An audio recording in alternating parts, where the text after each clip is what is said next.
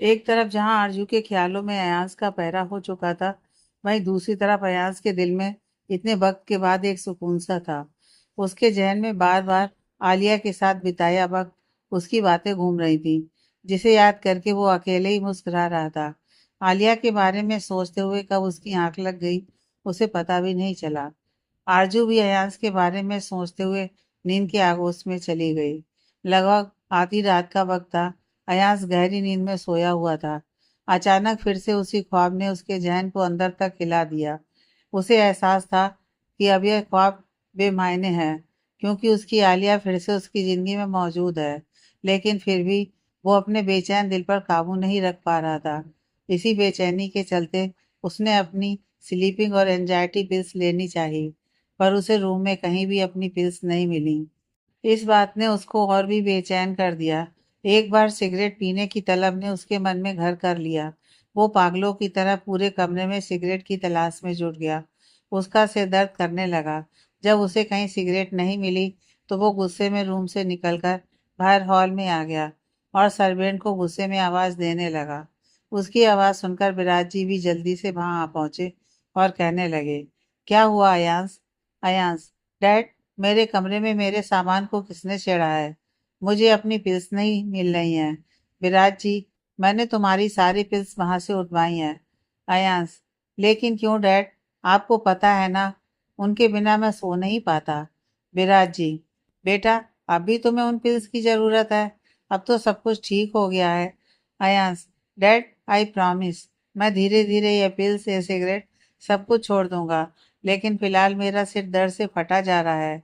Dad, मुझे बर्दाश्त नहीं हो रहा, प्लीज डैड, प्लीज। अयाज की हालत विराज जी से देखी नहीं जा रही थी। उन्होंने सिगरेट और पिल्स उसके हाथ में थमा दी। अयाज ने कांपते हाथों से जल्दी से वो पिल्स निगल ली और अपने रूम में आकर खिड़की से बाहर देखते हुए फिर से सिगरेट सुलगा ली। उसके अतीत का असर उसके मन पर गहरी छाप छोड़ चुका था। सब कुछ संभलने में कुछ वक्त लगना तो तय ही था। गुड मॉर्निंग डैड, अयांश ने अगली सुबह हॉल में आते हुए सामने विराज जी को देखकर कहा। अयांश के डैड उसे देखकर हैरान ही रह गए। लग ही नहीं रहा था ये वही अयांश है जो कल रात इतना बिखरा हुआ था। कितने महीनों बाद उन्होंने अयांश का ये रूप देखा था। नहीं तो वो हमेशा बड़ी हुई दाढ़ी मूछ और बड़े हुए बालों के साथ बेहाल सा नजर आता था।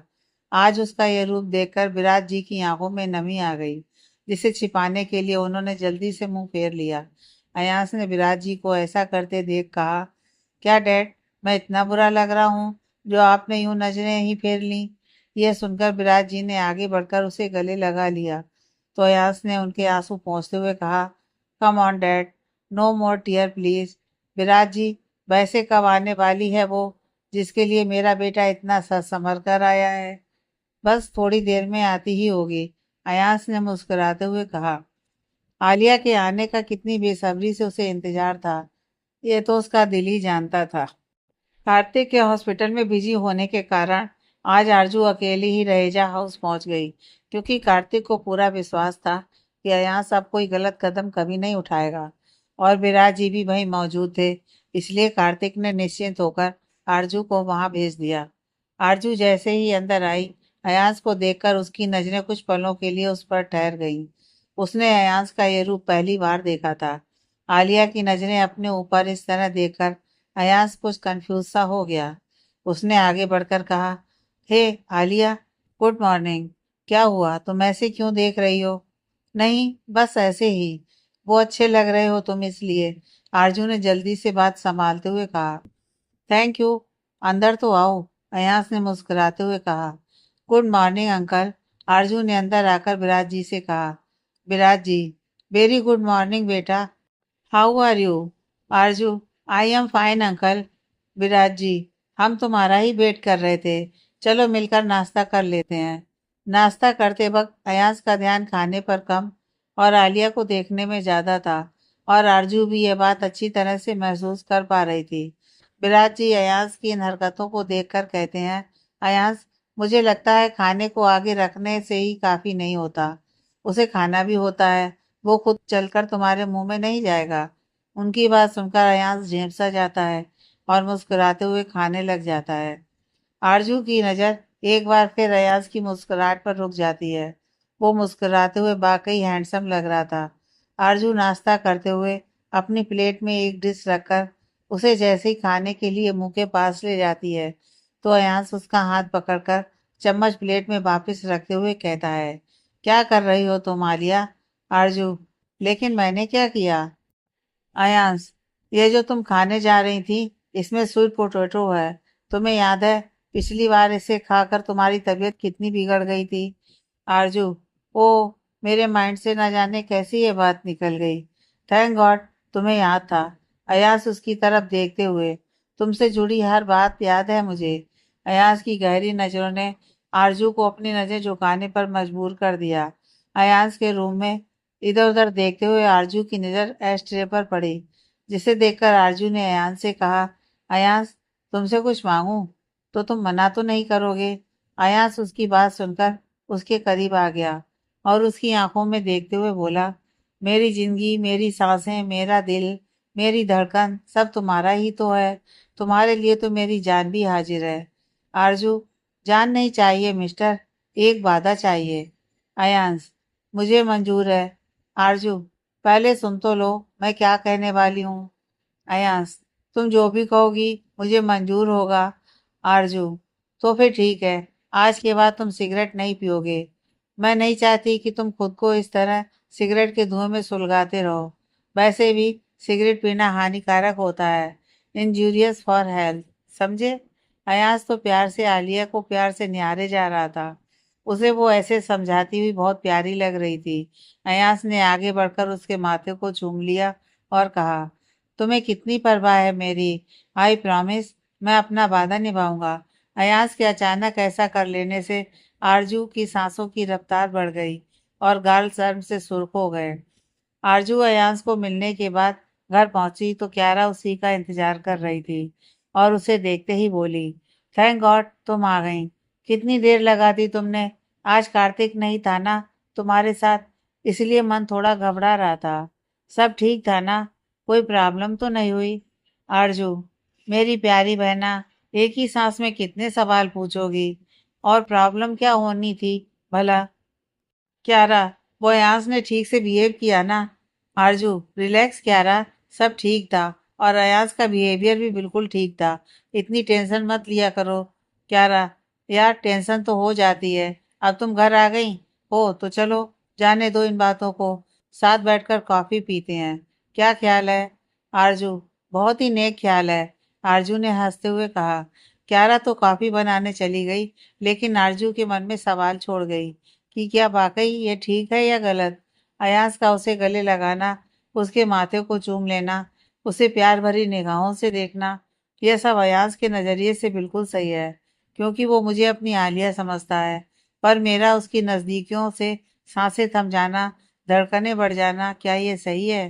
हालांकि मुझे अच्छी तरह से पता है कि अयाज अपनी मोहब्बत भरे जज्बात अपनी आलिया पर जाहिर करता है, फिर भी वो जज्बात मेरे अंदर हलचल पैदा क्यों कर देते हैं? यह सब इतना भी आसान नहीं है जितना मैंने सोचा था। पर अब अपने कदम पीछे भी नहीं खींच सकती। बस एक ही दुआ है, इन सब में किसी का दिल ना टूट जाए। आरजू की सोचों की चैन क्यारा के कदमों की आहट से टूट गई और वो इन ख्यालों को अपने दिमाग से निकालकर मुस्कुराते हुए क्यारा के साथ कॉफी का मजा लेने लगी। हर रोज की तरह आज भी अयाज को अपनी आलिया के आने का बेसब्री से इंतजार था। आलिया के साथ वो जो पल गुजारता था, वो उसके लिए बहुत खास थे। इन पलों का एक एक लम्हा वो अपने दिल में समेट कर रख लेता था। जब आलिया उसके पास नहीं होती तो इन लम्हों की यादें ही उसके चेहरे पर मुस्कुराहट ले आती थी। आरजू हमेशा वक्त से ही पहुंच जाती थी। जैसे जैसे आलिया के आने का वक्त नजदीक आ रहा था, अयाज की बेसब्री और उसके आने की खुशी उसके चेहरे से साफ झलक रही थी। अयाज के मन में न जाने कितनी बातें छिपी थीं जो वो अपनी आलिया से कहना चाहता था, पर जब वो उससे मिलने आती थी तो वो सब उसमें खोकर ही रह जाता था। पर आंखों से उसके जज्बात साफ साफ जाहिर हो जाते थे। अयाज की नजरें बार बार दरवाजे की तरफ जा रही थी, पर आरजू अभी तक नहीं आई थी। अभी बस आती होगी, शायद कोई काम आ गया होगा जिसकी वजह से देरी हो गई होगी। वो जल्दी आ जाएगी। अयाज अपने मन को इन्हीं बातों से समझा बुझा रहा था अयाज ने आलिया के लिए मैसेज भी छोड़े, पर आलिया ने उन्हें सीन नहीं किया था। इस बात ने उसकी बेचैनी को और बढ़ा दिया था। अपनी दुविधा को खत्म करने के लिए उसने आलिया को फोन लगाया तो फोन बंद आ रहा था। इस बात से अयाज बहुत परेशान हो गया था और इसी परेशानी के चलते इधर उधर चक्कर काटे जा रहा था। उसने फिर से सिगरेट उठाई और जैसे ही उसने सिगरेट सुलगाई तो उसे आलिया से किया हुआ वादा याद आ गया।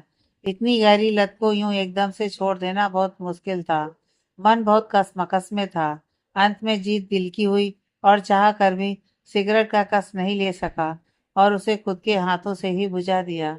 आलिया जब काफी देर तक नहीं पहुंची तो अयाज के मन में एक अनजाने डर ने जन्म ले लिया।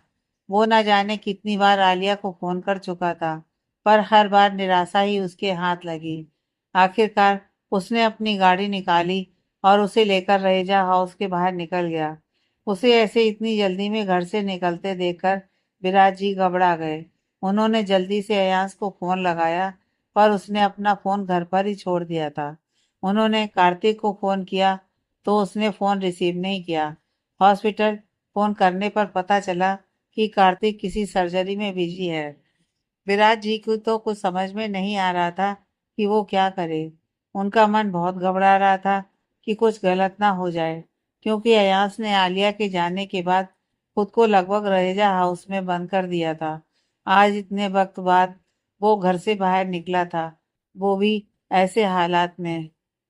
अयाज को घर से निकले 3 घंटे हो चुके थे और उसका कोई अता पता नहीं था।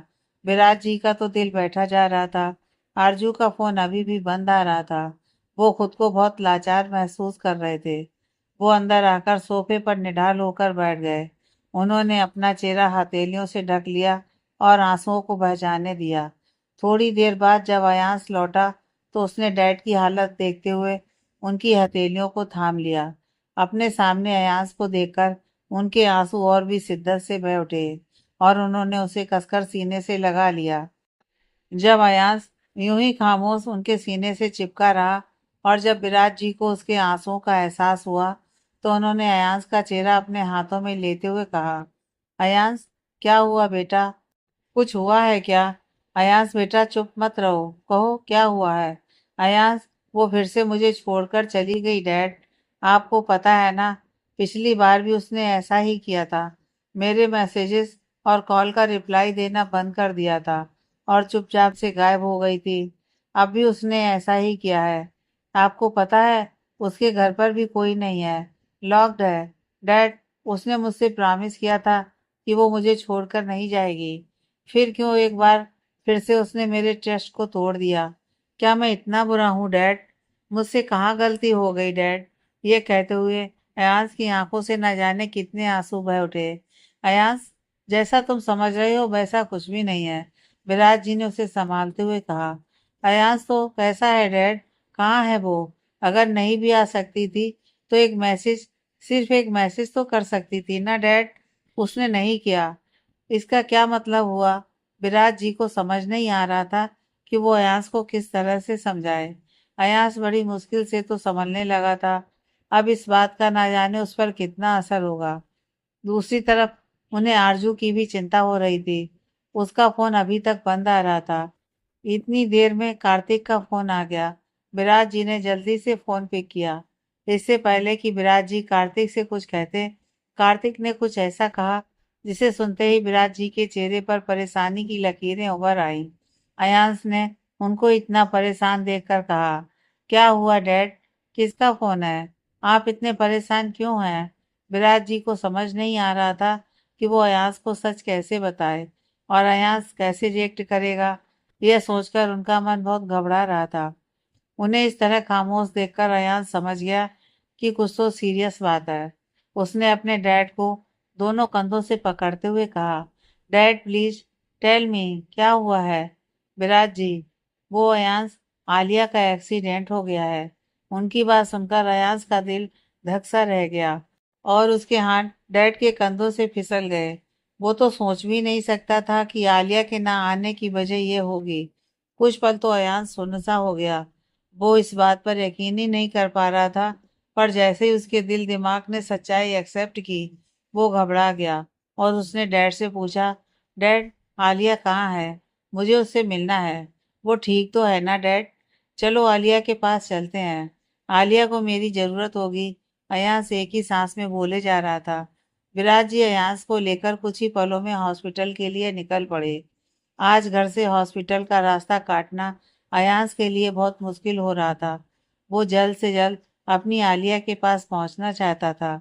उसे अपने आप से नफरत हो रही थी। उसकी आलिया इतनी तकलीफ में थी और वो था जो उसके बारे में क्या क्या सोच रहा था। इसी सोच ने अयांश के मन को गिल्ट से भर दिया था। हॉस्पिटल पहुंचते ही उन्हें कार्तिक मिल गया। अयांश ने उसे देखते ही बेसब्री से पूछा, आलिया कैसी है? कहाँ है वो ठीक है ना? कार्तिक उसे संभालते हुए, रिलैक्स मेरे भाई, वो बिल्कुल ठीक है। बस कुछ मामूली सी चोटें हैं, परेशानी की कोई बात नहीं है। अयांश, मुझे उससे मिलना है अभी। कार्तिक, तो जाओ मिल लो, तुम्हें मना किसने किया है? कार्तिक के ऐसा कहने पर अयांश बिना एक पल गंवाए अपनी आलिया के पास पहुंच गया। आरजू के माथे पर और हाथ पर पट्टी बंधी हुई थी और उसके अलावा उसके चेहरे और बाजुओं पर खरोंचे आ गई थी। आलिया की ऐसी हालत देखकर अयांश की आंखें नम हो गईं। उसने उसके पास जाकर उसका चेहरा सॉफ्टली अपने हाथों में थामते हुए कहा, तुम ठीक हो ना? दर्द हो रहा है? आरजू, दर्द तो हो रहा है, पर ज्यादा भी नहीं है। अयांश ने अगले ही पल उसे गले लगा लिया और कहने लगा, सॉरी, आई एम सॉरी, बहुत बुरा हूं मैं, आई एम सॉरी। अयांश के उसे इस तरह से गले लगाने पर आरजू की हल्की सी कराह निकल गई, क्योंकि आरजू के कंधे पर भी चोट लगी थी, जो उसके कपड़ों की वजह से दिखाई नहीं दे रही थी। उसकी कराह सुनकर अयांश से एकदम से उससे अलग हो गया।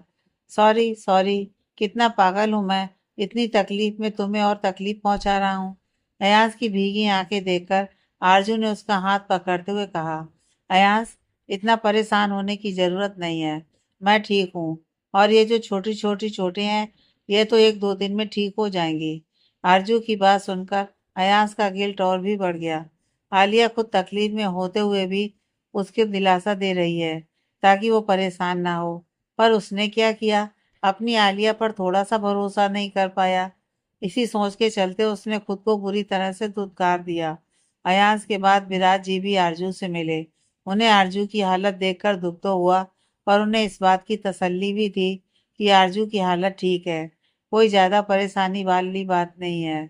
क्यारा कार्तिक के केबिन में मौजूद थी और उर्मी जी को फोन लगाने ही वाली थी। कार्तिक ने उसका फोन लगभग छीनते हुए कहा, क्या कर रही हो क्यों? क्यारा, मम को फोन। और क्या, तुमने ऐसे क्यों फोन छीना मुझसे? मम को आरजू के एक्सीडेंट के बारे में बताना तो पड़ेगा। कार्तिक, लेकिन क्यों, इसकी जरूरत क्या है? आंटी यूं तो कैफे के चक्कर में कहीं जाती जाती नहीं है, और जब वो इतनी मुश्किल से 2-3 दिनों के लिए फ्रेंड के बेटे की शादी अटेंड करने गई हैं, तो उन्हें करने दो ना। क्या रहा, पर मैं मॉम से कैसे छुपा सकती हूँ यह बात? कार्तिक उसके आगे फोन बढ़ाते हुए, ठीक है बता दो, उसके बाद पता है ना क्या होगा? वो इस बात को सुनते ही शादी के फंक्शन बीच में छोड़कर वापस आ जाएंगी। तुम्हें बुरा नहीं लगेगा? और आरजू को बुरा नहीं लगेगा? क्यों यार, समझो। आरजू अब ठीक है, कोई परेशानी वाली बात नहीं है, तो आंटी को बेवजह परेशान क्यों करना? कभी कभी तो उन्हें एंजॉय करने का मौका मिलता है। क्या रहा, बात तो तुम्हारी सही है, पर मम को जब पता लगेगा तो वो मुझे बहुत डांटेंगी। कार्तिक, जब आंटी तुम्हें डांटेंगी तो तुम मुझे डांट लेना, सब बैलेंस हो जाएगा। क्यारा, बहुत शौक है तुम्हें मेरी डांट खाने का? कार्तिक उसे कमर से अपनी तरफ खींचते हुए, अरे मुझे तो तुम्हारी हर अदा से प्यार है, फिर चाहे वो तुम्हारी डांट हो या तुम्हारा प्यार या फिर और कुछ। क्यारा मुस्कुराते हुए उसके सीने से लग जाती है और कार्तिक भी प्यार से उसे अपनी बाहों में भर लेता है। अयांश आलिया को लेकर अभी भी बहुत फिक्रमंद हो रहा था। वो कार्तिक से मिलकर एक बार कंफर्म कर लेना चाहता था कि आलिया वाकई ठीक है, कोई परेशानी वाली बात तो नहीं है। यही सोचते हुए वो कार्तिक के केबिन की तरफ बढ़ गया, और जैसे उसने दरवाजा खोला, कार्तिक और क्यारा को एक दूसरे की बाहों में देख वो चौंक सा गया और अगले ही पल पलट कर खड़ा हो गया और बोला, शायद मैं गलत वक्त पर आ गया, सॉरी। ये कहकर अयास ने अपने कदम वापसी की तरफ बढ़ा लिए तो कार्तिक ने पीछे से आवाज लगाई, ओए रुक, ऐसे कैसे जा रहा है तू? अयास पलटकर वापिस आ जाता है तो कार्तिक उससे कहता है, क्यारा को तू जानता है ना, मैंने एक बार तुम्हें कैफे में इससे मिलवाया था, याद है ना? अयास, बिल्कुल याद है, और ये भी याद है कि पहली मुलाकात में ही हमारा झगड़ा हो गया था। उसकी बात सुनकर क्यारा बोल उठी, तुम्हारी तरफ से था, मेरी तरफ से नहीं, और वो झगड़ा मुझसे गलती से तुम्हारे ऊपर कॉफी गिर गई थी, और उस बात के लिए मैंने सॉरी भी बोला था, पर तुम तो कोई बात सुनना ही नहीं चाहते थे। इससे पहले वो दोनों कुछ और बोल पाते, कार्तिक ने कहा, यार तुम दोनों उस बात पर फिर से झगड़ा शुरू मत कर देना। अयांश, लिसन, मैं तुम्हें कुछ और बताना चाहता हूँ। अयांश, कहो कार्तिक, क्या कहना है तुम्हें? कार्तिक, मैं बताना चाहता था कि क्यारा को मैंने एक फ्रेंड कहकर इंट्रोड्यूस कराया था, but she is not just a friend, we are love each other, और हम शादी करना चाहते हैं। उसकी बात सुनकर अयास के चेहरे पर मुस्कान आ गई और उसने कार्तिक के गले लगते हुए कहा, I am very happy for you. Kartik ने भी खुशी से उस पर अपनी पकड़ कस दी। इतनी देर में कार्तिक का फोन रिंग हुआ। बात करते ही कार्तिक ने कहा, मुझे जाना पड़ेगा, इमरजेंसी है, मैं बाद में मिलता हूँ। कार्तिक के जाने के बाद क्यारा और अयास दोनों अकेले थे। दोनों खामोश थे। तब क्यारा ने खामोशी तोड़ते हुए कहा, आई थिंक मुझे भी चलना चाहिए। ये कहकर उसने बाहर की तरफ कदम बढ़ा दिए तो अयास ने उसे आवाज देते हुए कहा, क्यारा, 1 मिनट। उसकी आवाज सुनकर क्यारा के कदम रुक गए और उसने पलटकर अयास की तरफ देखा। अयान, सॉरी, तुम सही कह रही थी, उस दिन शायद मेरी ही गलती थी। तुमने तो सॉरी कहा था, पर मैंने ही अपने खराब मूड के कारण ओवर रिएक्ट कर दिया। कार्तिक मेरे भाई जैसा है और तुम उसकी जिंदगी में बहुत खास हो। अब हम जब इस नए रिश्ते से जुड़ चुके हैं तो मुझे लगता है हमारे बीच में कोई कड़वाहट नहीं होनी चाहिए। पुरानी बातों को भूलकर एक नई शुरुआत करते हैं। ऐसा कहते हुए आयास ने अपना हाथ उसकी तरफ बढ़ा दिया, जिसे क्यारा ने भी मुस्कुराते हुए थाम लिया था। आरजू मेडिसिन की वजह से नींद के आगोश में थी और अयास उसी के पास उसका हाथ थामे हुए आलिया के बारे में ही सोच रहा था। उसे अपने कई लफ्जों पर अब भी पछतावा हो रहा था। आरजू के जागने का अयास को अंदाजा भी नहीं हुआ। आरजू ने जब उसे सोचों में गुम देखा तो कहा, अयांश, किस बात से इतना परेशान हो? अयांश, अरे तुम जाग गई, मुझे पता ही नहीं चला। अब कैसा लग रहा है? आरजू, ये मेरे सवाल का जवाब नहीं है, मैंने पूछा किस बात से परेशान हो? अयांश आलिया के सवाल से इमोशनल होकर बोला, सॉरी आलिया। आरजू, सॉरी किस लिए Ayansh? Ayansh, you know what, मैं बहुत बुरा हूँ। तुम्हें पता है, जब तुम सुबह मुझसे मिलने नहीं आई तो मुझे लगा कि तुम फिर से मुझे छोड़कर चली गई। तुम पता नहीं किस हाल में होगी उस वक्त, और मैं तुम्हारे लिए ऐसा सोच रहा था। आई एम सॉरी आलिया, मुझे ऐसा नहीं सोचना चाहिए था। मुझे तुम पर ट्रस्ट रखना चाहिए था। मुझे समझने की कोशिश करो। तुम नहीं आई तो जहन में अतीत की यादें फिर से घूम गई। तुम्हें फिर से खो देने का एक डर सा जाग गया। आरजू, बस अयांश, मैं समझ सकती हूँ, इसमें तुम्हारी कोई गलती नहीं है। पास्ट में मैंने जो भी किया है ना, उसकी वजह से तुम क्या, कोई और भी होता तो अपने ट्रस्ट को कायम नहीं रख पाता। मुझे कोई गुस्सा नहीं है इस बात का। अयांश, थैंक यू आलिया, मुझे समझने के लिए। आलिया, एक बात कहूँ तुमसे, कभी कभी मुझे ऐसा लगता है कि जैसे मैं तुम्हें जानता ही नहीं हूँ। तुम तो ऐसी नहीं थी, या फिर मैं ही तुम्हें समझ नहीं पाया।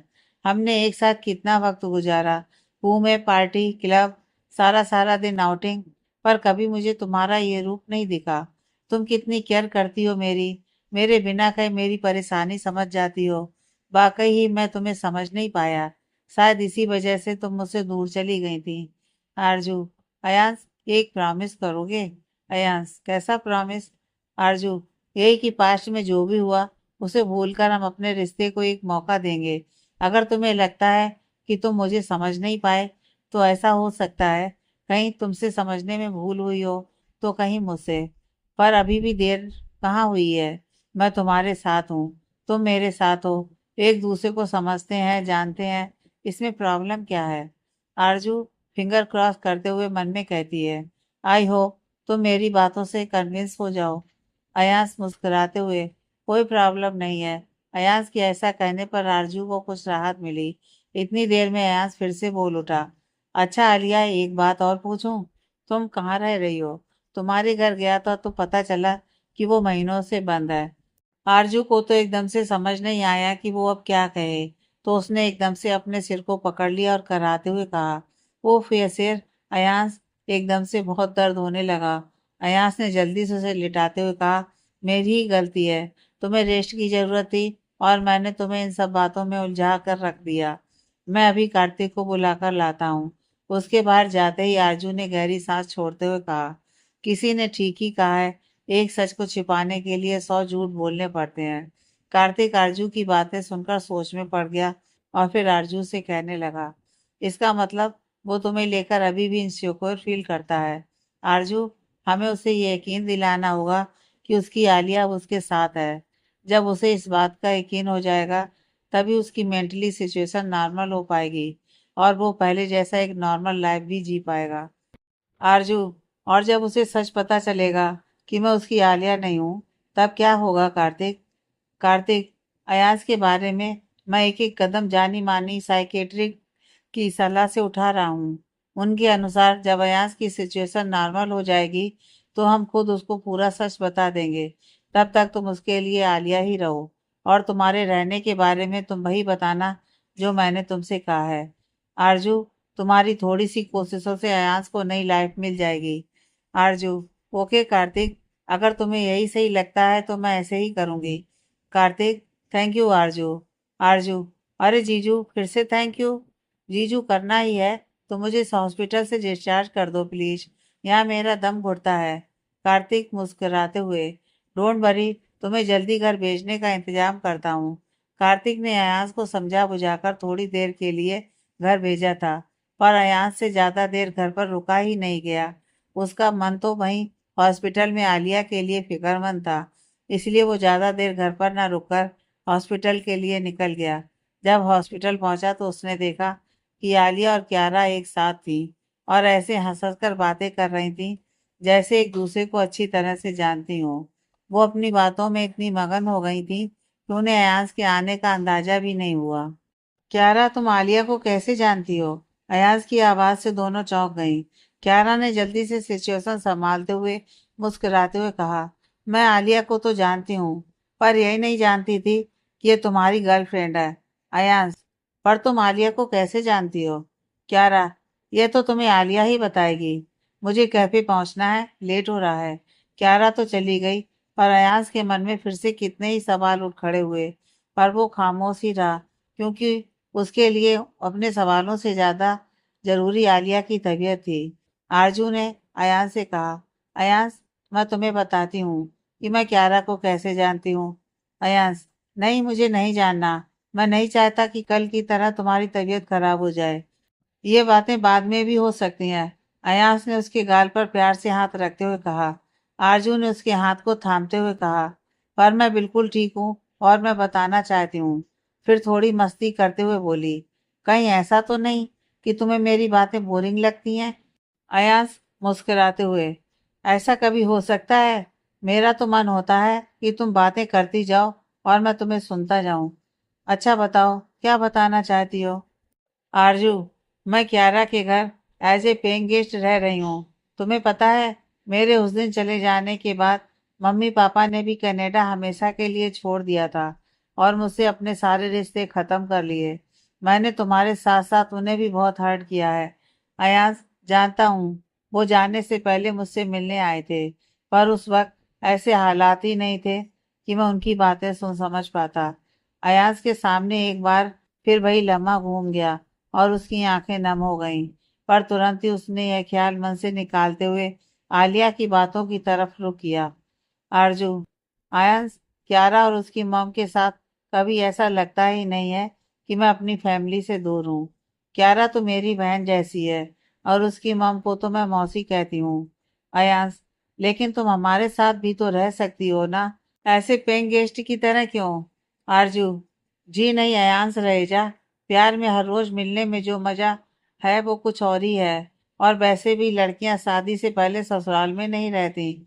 अर्जुन ने अयाज को जल्दी जल्दी में यह कह तो दिया, पर फिर मन में खुद को ही डांटते हुए कहा, क्या बकवास कर रही है तू।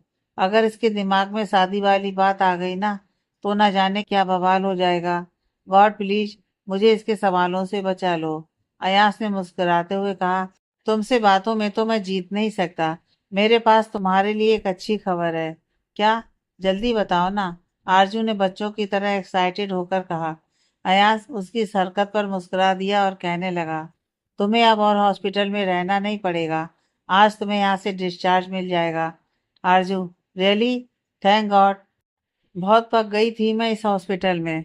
बात का रुख बदल चुका था, जिससे आरजू को राहत मिली और वो अयांश के मुस्कुराते चेहरे को देखकर सोचने लगी, सॉरी अयांश, तुमसे झूठ बोलना पड़ रहा है, पर मैं इसके बाद कोशिश करूंगी कि झूठ का सहारा ना लेना पड़े। मैं नहीं जानती कि मैं सही कर रही हूँ या गलत, पर मुझे इतना पता है कि मैं तुम्हें हर्ट नहीं करना चाहती। ना जाने क्यों कुछ ही दिनों में तुमसे जुड़ाव महसूस कर रही हूँ। बस तुम्हारी तकलीफ कम करना चाहती हूँ। आरजू हॉस्पिटल से घर आ चुकी थी। घर पर पहुंचते ही उसे सुकून सा महसूस हो रहा था। जहां आरजू अपने घर पहुंची थी, वहां अयांश भी घर तो आ गया था, लेकिन उसका मन अभी भी अपनी आलिया के पास छूट गया था। आज आरजू को घर आए 1 हफ्ता हो चुका था। वो अब बिल्कुल ठीक थी। इस हफ्ते के दरमियान उर्मी जी भी वापस लौट आई थी। पहले तो उन्होंने कार्तिक, कियारा और आरजू पर इस बात को छुपाने को लेकर बहुत गुस्सा किया, पर अंदर ही अंदर उन्हें पता था कि उनके बच्चे उनकी खुशी चाहते हैं। उनके उतरे हुए चेहरे देखकर वो ज्यादा देर उनसे नाराज नहीं रह पाई और उन्हें गले से लगा लिया। क्यारा और उर्मी जी ने आरजू का बहुत अच्छी तरह से ध्यान रखा, और कोई और भी था जो आरजू के लिए हर पल फिक्रमंद था। वो था अयांश। आरजू की मेडिसिन से लेकर उसके खाने पीने, जागने सोने, हर बात की उसे फिक्र थी। वो आरजू से ज्यादा मिलने तो नहीं आ पाया, पर फोन और वीडियो कॉल के जरिए उसने आरजू को कभी अकेले नहीं होने दिया। उर्मी जी और क्यारा जब कभी कैफे में बिजी हो जाती, तो अयांश आरजू की बोरियत दूर करने के लिए उसके किस्से, कहानियां, जोक सुनाता और उसे हंसाने का कुछ ना कुछ इंतजाम कर ही लेता। आरजू को भी जाने अनजाने में अयांश की आदत हो चली थी। जब अयांश की कॉल या वीडियो कॉल आने का वक्त होता, तो उसे भी उससे बात करने का इंतजार रहता था, और उससे बातें करते वक्त उसका चेहरा खिल उठता। आरजू का मन न जाने कितनी बार अयांश की गहरी मोहब्बत के आगे नतमस्तक हो जाता। भले ही उसे यह बात अच्छी तरह से पता थी कि अयांश की ये बेपनाह मोहब्बत आलिया के लिए है, पर फिर भी उसका दिल अयांश की तरफ खींचा जा रहा था। आज आरजू ने बिल्कुल ठीक होने की वजह से अयांश के घर जाकर उसे सरप्राइज देने की सोची। उसने सोचा कि 1 हफ्ते से अयांश उसकी खुशी के लिए न जाने क्या क्या कर रहा है। अगर वो अचानक उसके घर जाकर उसे सरप्राइज देगी, तो वो कितना खुश हो जाएगा। आरजू ये सोचकर अच्छे से तैयार होकर अयांश के घर पहुंच गई। उसे देखकर अयांश खुशी से चहक उठा और जल्दी से उसे गले लगा लिया। कुछ ही पलों के बाद सीरियस होते हुए कहा, तुम क्यों आई हो यहाँ? अगर मिलना ही था तो एक फोन कर देती, मैं आ जाता। तुम्हें पता है तुम्हारी तबीयत ठीक नहीं है, तुम्हें रेस्ट करना चाहिए था आलिया। आरजू को उसकी बात सुनकर गुस्सा आ गया। उसने अयांश को अपने हाथों से पीछे धकेलते हुए कहा, मैं अब बिल्कुल ठीक हूँ, मुझे रेस्ट की जरूरत नहीं है। और वैसे भी मैं यहाँ अंकल से मिलने आई हूँ, उन्हें मिस कर रही थी। और तुम तो मुझसे कभी बात ही मत करना। आरजू नाराजगी जताते हुए बोली। वो इतने अच्छे मूड से आई थी, और अयाज की बातों से उसका मूड ऑफ हो गया था। वो गुस्से से विराज जी की तरफ बढ़ गई। अयाज पीछे से आवाज लगाते हुए, आलिया लिसन यार, मेरे कहने का वो मतलब नहीं था, बात तो सुनो। आरजू विराज जी से मिली तो उन्होंने प्यार से उसके सिर पर हाथ रखते हुए कहा, बहुत अच्छा किया तुम आ गई, तुमसे मिलने का मन बहुत हो रहा था। आरजू, थैंक यू अंकल, आपको मुझे देखकर खुशी तो हुई, वरना किसी और को तो मेरा यहाँ आना बिल्कुल अच्छा ही नहीं लगा। मैं भी यहाँ आपसे ही मिलने आई थी, किसी और से नहीं। उसने अयांश की तरफ गुस्से से देखते हुए कहा। अयांश, आलिया, एक बार मेरी बात तो सुनो। आरजू विराज जी से, अंकल, अपने बेटे से कहिए मुझे उससे कोई बात नहीं करनी है। अयांश, डैड प्लीज इसे समझाइए, ये गलत समझ रही है मुझे। आरजू, अंकल, इसे कहिए अगर गलत करोगे तो गलत ही समझे जाओगे। अयांश, डैड, इससे कहिए ना कि मुझे इसकी फिक्र थी, इसलिए मैंने ऐसा कहा, वरना ऐसा हो सकता है कि इसके आने की मुझे खुशी ना हो। आरजू, अंकल इससे कहिए, इसकी चिकनी चुपड़ी बातों में मैं नहीं आने वाली। अयांश, डैड, इससे कहिए, मैं जो कह रहा हूँ दिल से कह रहा हूँ। विराज जी चेहरे पर हाथ रखकर आराम से सामने सोफे पर बैठ गए और कहने लगे, मुझे नहीं लगता कि तुम दोनों की अपनी बातें एक दूसरे तक पहुंचाने में मेरी जरूरत है। उनकी बात सुनकर आरजू भी विराज जी के पास जाकर बैठ गई। अयांश भी उसके पीछे हो लिया और कहने लगा, सॉरी यार, अगर कोई अपनी गलती की माफी मांगे तो मान जाना चाहिए। पर आरजू ने फिर भी गुस्सा जताते हुए मुंह फेर लिया। यह देखकर अयांश उठा और वहां से चला गया। आरजू हैरानी से देखती ही रह गई। कुछ ही पलों में अयांश हार्ट शेप बैलून जिन पर बड़े बड़े अक्षरों में सॉरी लिखा हुआ था वो लेकर आया और आरजू की तरफ बढ़ाते हुए बोला, सॉरी। आरजू ने जल्दी से अपने बालों से पिन निकाली और देखते ही देखते सारे बैलून फोड़ दिए। अयास ने तुरंत ही अपनी जेब से चॉकलेट्स निकालकर उसकी तरफ बढ़ाते हुए कहा, सॉरी यार, आरजू, छोटी बच्ची समझते हो मुझे, जो चॉकलेट देकर बहलाना चाहते हो। अयास, नहीं, मैं तुम्हें बहलाना नहीं चाहता, बल्कि मैं तो तुम्हें आज लंच के लिए ले जाना चाहता था। अगर तुम ना भी आती तो मैं तुमसे मिलने आने वाला था। सोचा था तुम इतने दिन घर में बैठी बैठी बोर हो गई होगी, हम लंच के लिए चलेंगे तो थोड़ा चेंज हो जाएगा, तुम्हें अच्छा लगेगा। आरजू खुशी से, सच्ची? अयांश, सच हो या झूठ क्या फर्क पड़ता है, तुम तो मुझसे नाराज हो ना? अयांश ने उदास होते हुए कहा। आरजू, अरे मैं कहाँ नाराज हूँ, तुम इतने प्यार से मुझे मना रहे हो, मैं तुमसे नाराज रह सकती हूँ भला? अयांश उसकी बात सुनकर मुस्कुरा दिया और उसके हाथों को प्यार से थामते हुए कहा, तो फिर चल रही हो ना मेरे साथ लंच के लिए? आरजू ने मुस्कुराते हुए हाँ कहा तो अयांश ने उसे खुशी से भाव में भर लिया। विराज जी दूर खड़े ये नज़ारा देखकर मन मन मुस्कुरा रहे थे। उन्होंने मन ही मन दुआ की कि मेरे बच्चों की खुशियों को किसी की नज़र न लगे, वो हमेशा ऐसे ही हंसते खेलते और मुस्कुराते रहें। आरजू अयांश के साथ लंच के लिए निकल पड़ी। वो गाड़ी से बाहर के नज़ारों को देखते हुए बहुत खुश दिखाई दे रही थी और उसके चेहरे की मुस्कुराहट देखकर अयांश के होठों पर खुद ब खुद मुस्कान फैल गई थी। अयांश आलिया को उसके फेवरेट रेस्टोरेंट में ले आया। यहाँ अक्सर वो दोनों आया करते थे।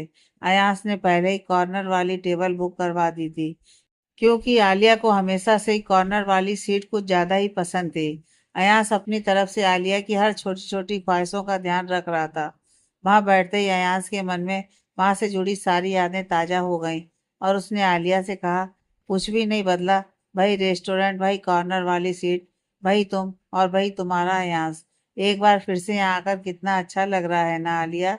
आरजू को उसकी बात सुनकर यह अंदाजा तो हो गया था कि भले ही वो यहाँ पहली बार आई है, पर अयांश आलिया के साथ अक्सर यहाँ आता होगा। उसने मुस्कुराते हुए कहा, मैं भी बहुत खुश हूँ यहाँ आकर। अयांश उसके हाथ को अपने हाथ में लेते हुए, तो क्या खाना पसंद करोगी तुम? आरजू, जब तुम्हें मेरा फेवरेट रेस्टोरेंट पता है, मेरी फेवरेट सीट पता है, तो ऑफ कोर्स मेरा फेवरेट खाना भी तो पता ही होगा। तुम खुद ही ऑर्डर कर दो। अयांश उसकी बात सुनकर मुस्कुरा दिया। इतनी देर में आरजू को क्यारा की कॉल आ गई और आरजू उससे बात करने में बिजी हो गई। तब तक अयांश ने आलिया का फेवरेट खाना ऑर्डर कर दिया।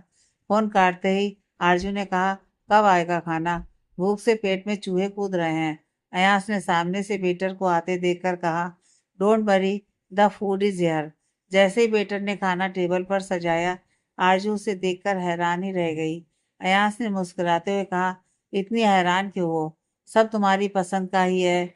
Butter chicken, fish curry, grilled chicken, beef salsa, chicken biryani, सब ठीक है ना? कुछ और ऑर्डर करूं? आरजू ने जल्दी से नामे से हिला दिया। आरजू को तो यह खाना देखकर ही कुछ होने लगा, क्योंकि वो वेजिटेरियन थी। नॉन वेज खाना तो दूर, उसने पहली बार इतने करीब से देखा था। भले ही वो पंजाबी फैमिली से थी, पर उसकी फैमिली में नॉन वेज अलाउड नहीं था।